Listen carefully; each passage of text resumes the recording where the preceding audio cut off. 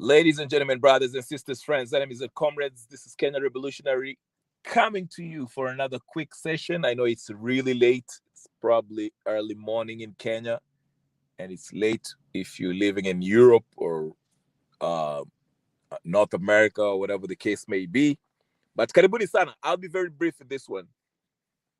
I just want to impress this one major point which makes the topic of the day of discussion, which is ideological delusions of Kenyan politics. I know you might be sitting there wondering, what am I talking about? What do you mean when you say ideological delusions of Kenyan politics? I'm referring to this whole idea that we tend to make believe or uh, convince ourselves as Kenyans that our political parties have are actually ideologically driven. You hear a lot of people from ODM, for example. Let me just use them because they've been the most dominant or the longest existing political party in Kenya besides KANU. You hear a lot of them, their chatterboxes in the presses, in the mainstream media, come out and say that, oh, they are not sexual, but they're social democrats, or they are socialists, or they are, I don't know, communists, or whatever the case may be. Um, and you hear some people say that Kenya is actually a capitalist country. While that might excite the young students in the university or people who might not pretty much understand what these terms mean, the real truth about our politics is that we are not ideologically driven or principled per se. Kenya is a straight up criminal state, and the parties that exist, the political parties that exist, are just that, vehicles, personal vehicles of these members of the elite political corrupt class that rule our country, that actually use these political parties to inflict uh, chaos, damage, injury, manipulate the population into this tribal, um, parochial political vehicles as we know it. Okay, there's nothing ideological about ODM or TNA or Jubilee or UDA or KANU.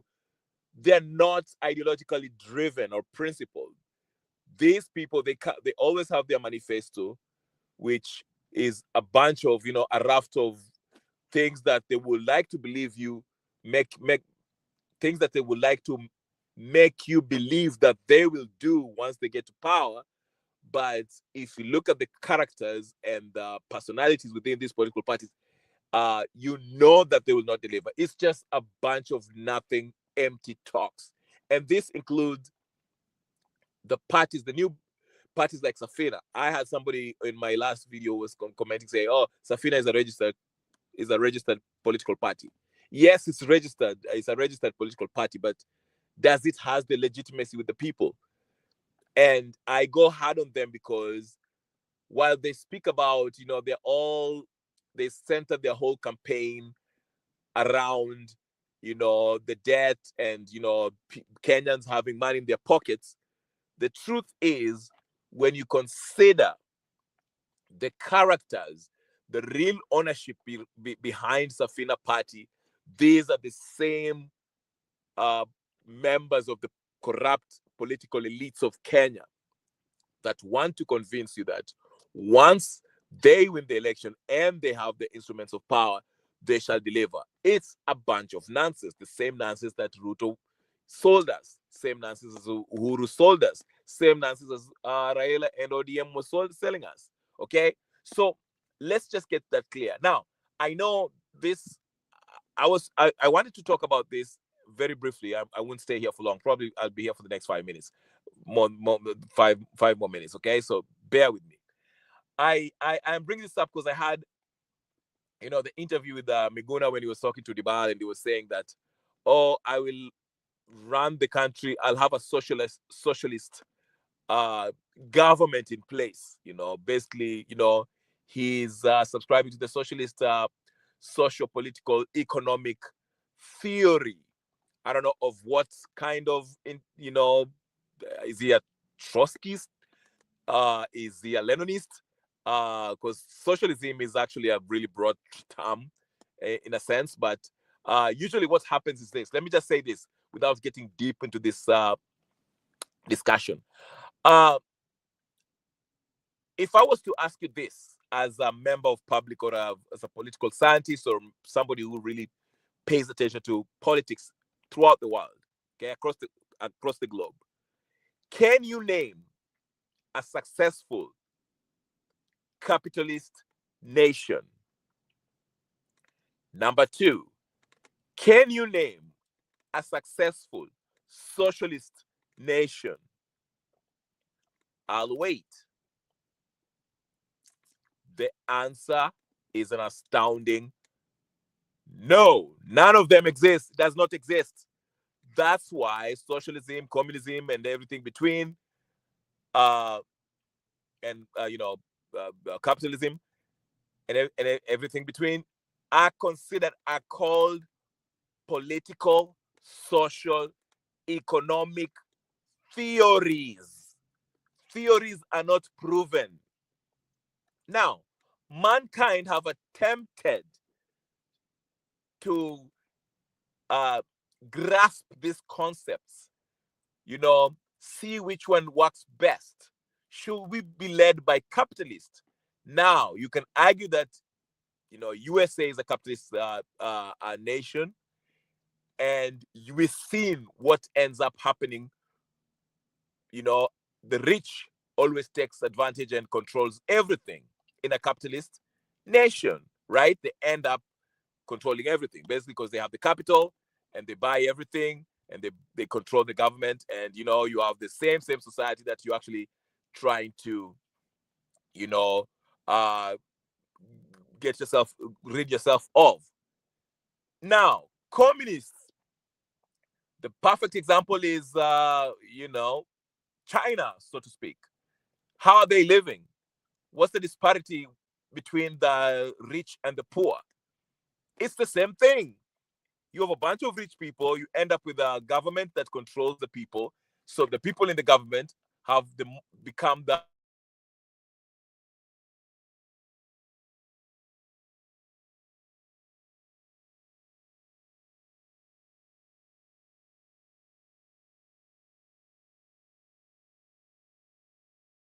I know some will have people who, if you want to have a discussion, a deeper discussion into their intricate details or the inner workings of how socialism of any variation, whether you're talking about Trotsky or Leninist or whatever, we can have that discussion. But all in all, if you look at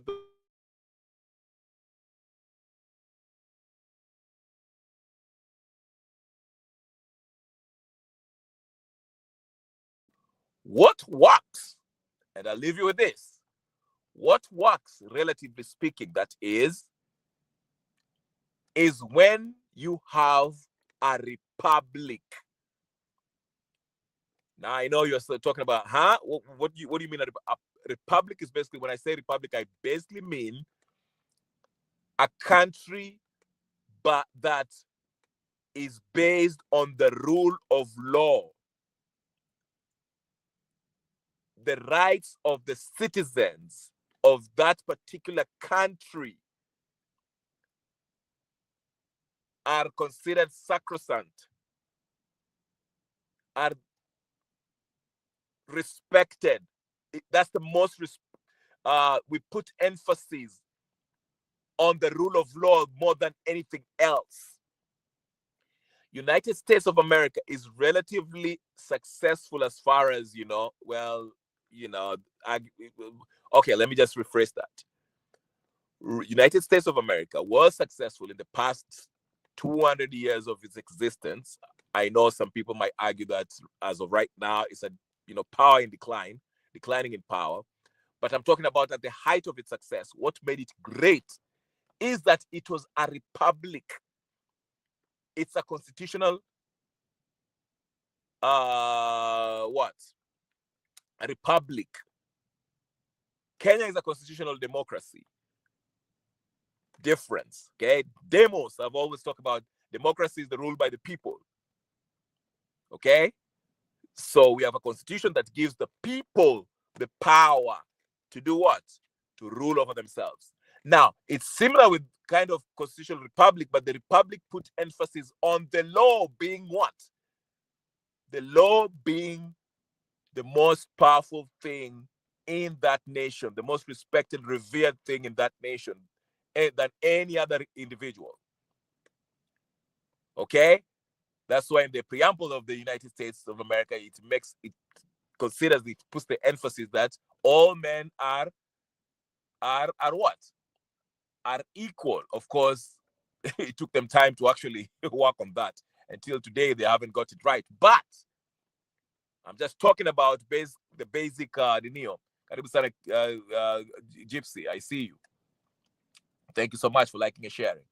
But on the preamble, like I said, they say all men are considered to be equal before God. Okay? And these rights are guaranteed to them. So they put emphasis into the law. Now, what am I trying to actually get to? What I'm trying to say is this. I don't care if you are a socialist, capitalist, or communist, or any ism and schism that you want to come, that you prescribe to, okay? Also subscribe to, sorry. Okay? It does not matter.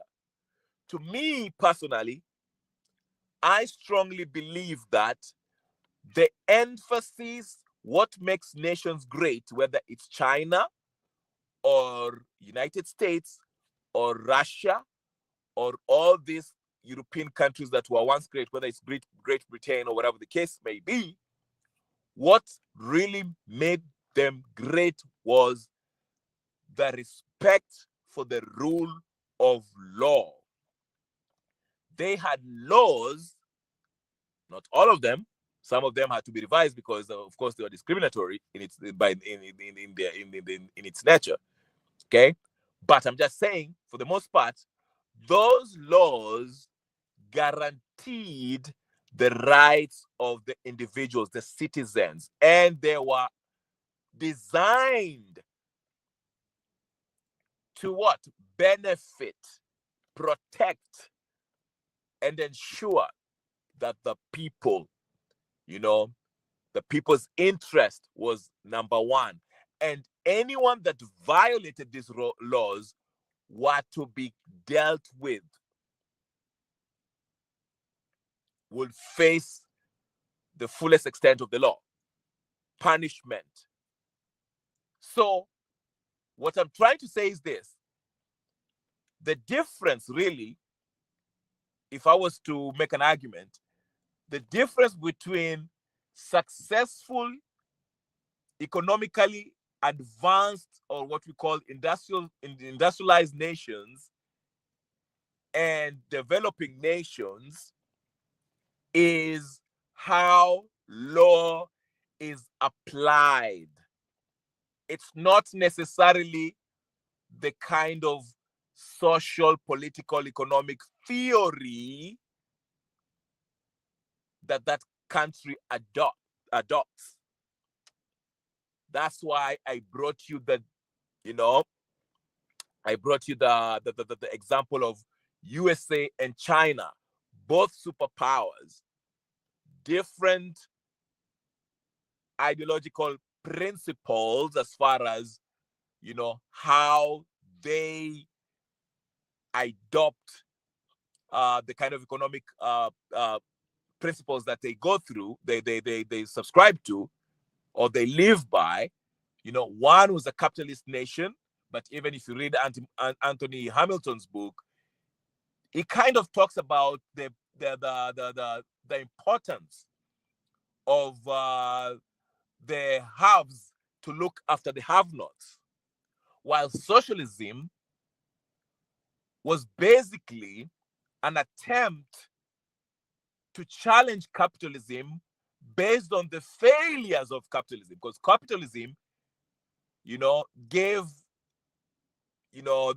one of the major failures of capitalism is that the disparity between the poor and the rich was so huge, and the few rich were disproportionately so wealthy than the rest of the citizens, citizens in the country. Okay, so socialism, Engels, was actually attempting to challenge capitalism based on the failures of that political economic system. But all in all, what I'm saying is this: if you look at China and United States, what really made them great economical superpower in the world stage was the fact that they adhered to the rule of law. And this is evidenced by so many Supreme Court cases in the US Supreme Court. And it's also evidenced by how China deals with they're corrupt. The people who are commit crimes, economic crimes against the state or the people. If you're a public official and you steal money from the public coffers, you will be executed. That's how serious they take that. And given those kind of laws, how they took serious the law in the United States too, they did not play around with their rights. Whether it was the Second Amendment, I mean, even now, if there's a politician who wants to quickly lose their seat, is for them to come out and say, I'm proposing the abolishment of the Second Amendment rights, which is the rights to bear arms. Okay? Or the First Amendment, which is freedom of speech. That is the quickest way a politician can lose their position. Because Americans care about their rights. Their rights, which is what? Enshrined in the Constitution. And they take that Constitution seriously. And that's what made America great, to be honest with you. Now, when these, under the political, the social, political, economic theory of capitalism that they adopted, which gave a lot of power to the corporations, because like the Supreme Court's ruling, I think United Way, which ruled that corporations can be considered as individual, okay? It gave power to these corporations to a point where, the individual rights were threatened. But again, the courts stepped in to ensure that the rights of individuals, were guaranteed. That's why they went all through the workers' rights during the civil rights movement. It wasn't just for civil rights about color and race. It was also about economic rights of the people. You can't have people who garbage collectors living in squalid living condition and horrible working conditions. You have the rise of all this, collective bargain, unions. Okay, same thing with Europe. Of course, the corporations, once they got more powerful, they got rid of the unions, because corporations hate unions. Okay, now I won't get into that. That's not what I'm trying to get at today. For those of you who are wondering, maybe I'm babbling, but the point I'm trying to make is this: United States and China, two diametrically opposed social, political, economic theories that they adopt, But the results, the failures of both of them is the same, which is we have a few rich at the top 1%, both in China and in the United States, right? So both failures under communism, both failures under capitalism, right? But what really made them great is the fact that the rule of law is the most respected thing in the land compared to other nations, developing nations. I'm just using the two as the standout cases.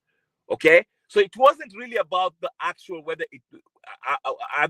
It's not really up to. It's not really whether the determining factor is not whether you adopt capitalism or socialism or communism or whatever the case is. I don't think that's the issue. The issue is in the laws that you have in the books, are they really being followed? How much do you the level of respect you give that document called the Constitution? I mean, it goes back to Magna Carta, okay, back in 1215, okay? That document, that's all the laws are made and cannot,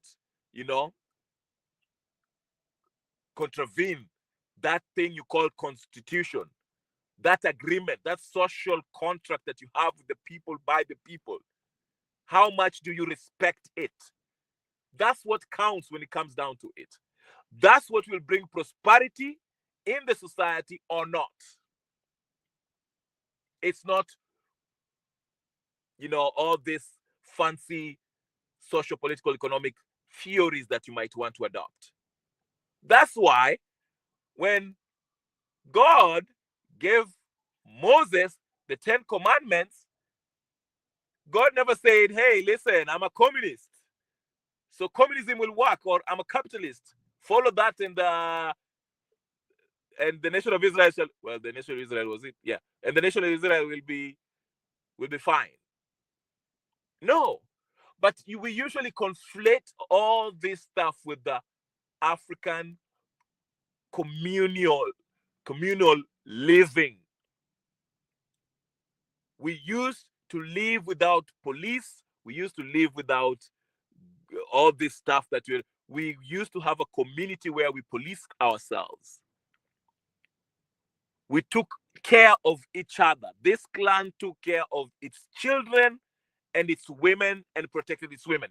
So when sometimes as Africans we talk about communism, we are actually referring to the communal living, not this European political, economic, social theory by Marx Engels and all this stuff. Okay? So I'm not saying that we should do away with the communal living. We should have that sense. It's our culture. But I think what's important, since the world have changed and we're more kind of on our way to industrialization, even though we have a long way to go, I think we have a wonderful constitution in place, the 2010 constitution in place, that we have to take serious. When the law says that anyone that misappropriates public funds is responsible to pay it off and also face jail time or whatever the case is, let that be done. Whether it's the president or the janitor or the person working Juakali. That's what matters.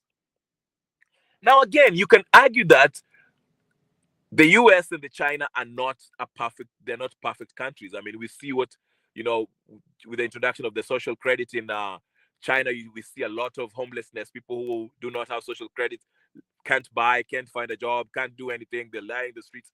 Yes, they have their own problems too. But I'm talking about in general. And we can also say, United States also is not doing good, the homelessness is going up, People can't afford food, housing is becoming expensive, all that stuff. It's happening across the globe. I mean, Europe, for crying out loud, too. They're going through their own thing. It's a global economic system that's kind of is collapsing. And those, we can have that discussion later, talking about, the fiat money currency, the fractional banking system that we adopted in the world. That's why people are moving to silver and gold. We can have that discussion later. Okay. But what's really for the next president of Kenya or new African presidents, young folks, the next generation, let's learn from history. What made us a nation as Kenya is that we agreed that everybody within these borders that we consider Kenya, boundaries, we call Kenya, we shall abide by that one document called the Constitution. And any law that is to be passed in Parliament at the legislative body have to be subservient to that document, social contract that we agreed upon, called the Constitution. And passing it is not enough. Let's implement it, regardless of who is violating it. They should face the law, punishment, if they breach or break this document we call the Constitution. That is what shall dig us out of this economic ditch that we are in. That is what will make us technologically advanced. That is what will provide living wages, decent for our workers, safe working conditions, decent living, housing, quality healthcare, quality of life. We'll have some reserves in our banks.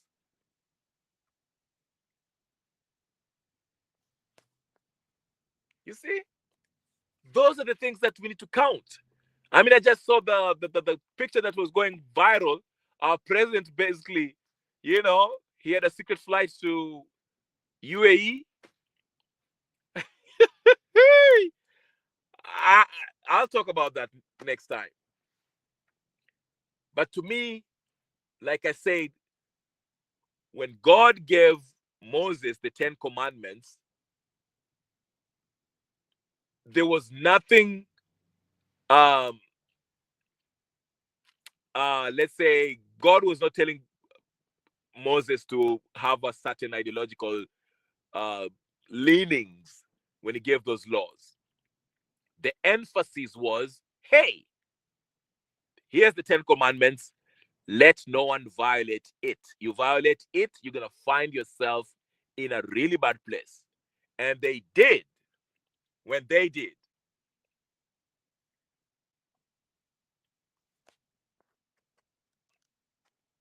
So that's what's most important. But anyway, ladies and gentlemen, brothers and sisters, it's too late. I know you guys have things to do.